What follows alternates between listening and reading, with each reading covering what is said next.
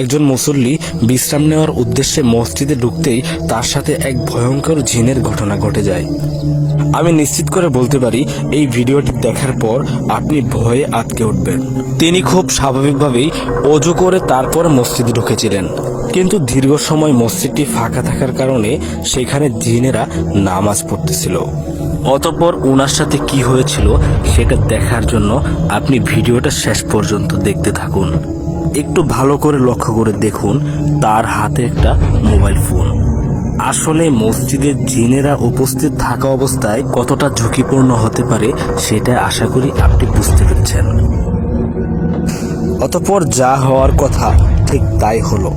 জিনেরা তাকে এক প্রকার ঘিরে ফেলল।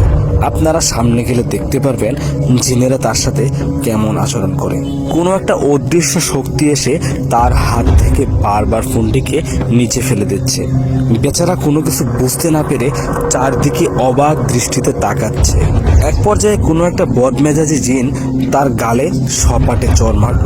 চড়টা খাওয়ার সাথে সাথে সে ফ্লোরে পড়ে যায়। তখন সে বুঝতে পারলো এখানে আর টিকে থাকা সম্ভব না। অতঃপর সে মসজিদ থেকে দৌড়ে পালিয়ে গেল। এই ঘটনাটি আপনার কাছে নাটক মনে হতে পারে, কিন্তু আসলে এটা কোনো নাটক নয়। এই মসজিদটি বহু পুরনো একটি মসজিদ, যেটাকে নতুন করে মেরামত করা হচ্ছে। মসজিদে মেরামত কাজ চললেও জিনেরা কিন্তু এই মসজিদ থেকে চলে যায়নি। তারা এখানেই আশেপাশেই ঘোরাফেরা করে। নামাজের সময় তারা মসজিদে এসে নামাজ আদায় করে। এই বিষয়টি সিসি ক্যামেরায় রেকর্ড না হলে আমরা হয়তোবা জানতে পারতাম না জিনেদের আক্রমণ কেমন হয়। একটা বিষয় আপনারা ভালো করে লক্ষ্য করে দেখুন, লোকটি যখন মসজিদে বসেছিল তখন কিন্তু জিনেরা তাকে কোনো প্রকার বিরক্ত করেনি। যখন সে মসজিদে শুয়ে মোবাইল দেখতে শুরু করলো তখনই কিন্তু জিনেদের মেজাজ খারাপ হয়ে যায়।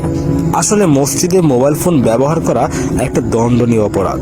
যদি রাষ্ট্রীয় আইন থাকতো তাহলে তাকে হয়তোবা বড় ধরনের শাস্তি দেওয়া হতো। তার হাত থেকে ফোনটি ফেলে দিয়ে কিন্তু জিনেরা তাকে এক প্রকার ওয়ার্নিং দিয়েছিল, কিন্তু বেচারা এতটাই বোকা ছিল সেটা কোনোভাবেই সে বুঝতে পারে না। অতঃপর সে ফোনটা আবারও হাতে নিয়ে টিপতে যখন শুরু করলো তখন কিন্তু জিনেরা তার খুব কাছাকাছি চলে আসে। মূলত তাকে এখন শিক্ষা দেওয়ার সময় চলে এসেছে। তার গালে একটা সপাটে চড় মারল। অতঃপর তাকে মসজিদেই কিন্তু গড়াগড়ি খাওয়াতে শুরু করলো। ধুলাই খাওয়ার পর তিনি কিন্তু বুঝতে পারলো এইখানে কোনো একটা অদৃশ্য শক্তি রয়েছে। বেঁচে থাকতে হলে দৌড়ে পালানো ছাড়া অন্য কোনো উপায় নেই।